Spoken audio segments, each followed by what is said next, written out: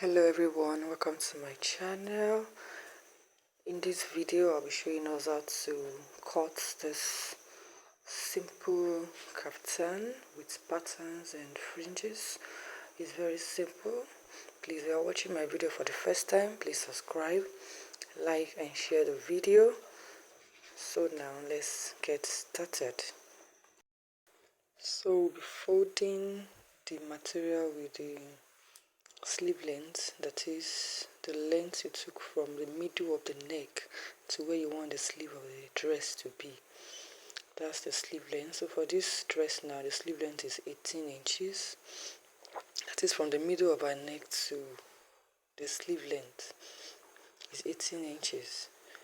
So I've been folding 19 inches here because I'll use the 1 inch allowance to fold the round sleeve, and the same 1 inch allowance we used to sew that will also serve as a seam allowance for the gown. So I'll be folding 19 inches all through.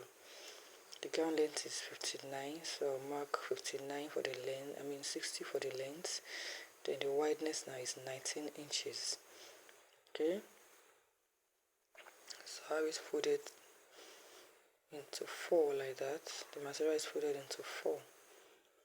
So the neckline I'm using 3.5 by 4 inches. So the neck now depends on how you want it, how deep or wide you want it. So, but since the dress is not going to have a zipper, you make the neck a bit wide, not that wide and not too deep, but at least for the head to enter the dress. Then on the other side here, I came down with 1 inch allowance for my shoulder slope. So I have it there like that. Then you make your curve on the neck. So the next now is to mark my round sleeve from the line of the shoulder slope. I'm making use of 16 for the round sleeve, so I'll be adding extra 1.5 inch allowance. I'll use 1/2 inch to join the shoulder side there, then 1 inch to join the round sleeve there. So altogether I have 9.5 inches allowance there. So that's 9.5 inches marked there for the round sleeve. So I'll cut the neckline out and the shoulder slope right there.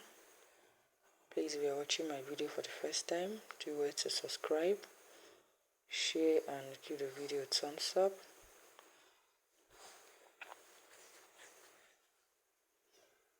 So I'm going to cut this 19 inches all through to the down part of the gown on a straight line like that. I'm going to cut it straight down all through. Then I'll notch where I have my round sleeve here, because the same 1 inch allowance I'm using to fold right there is what I'll sew in as seam allowance from there down on a straight line like that. But if you want to put band, you can put band on your own. So after cutting that all through like that, the next thing to do now is to cut the interfacing for the neck line. That is, what I'm cutting now is what I'll use to turn the neck inside. You can as well use bias if that's what you want, but I'll be making use of interface. So I have the other small fabric folded like that into 2. So just place the neckline on the dress on it and cut it out, but make sure you have some part of the fabric remaining down. Okay, so I'm going to cut this for both the front and the back. It's only one I'm cutting right now. So I'll measure 3 inches there. So I'll measure 3 inches here as well on the other side and join them together. That is, I have 3 inches all around like that. So I have it cut out. So I'll use this to cut the one for the back as well.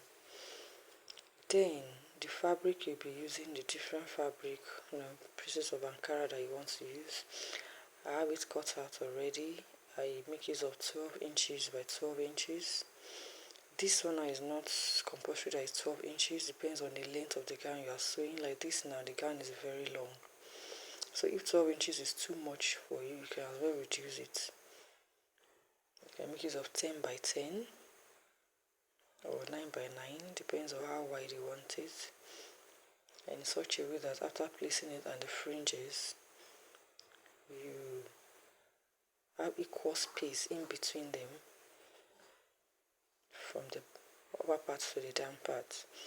So I have it ironed half-inch around the edges.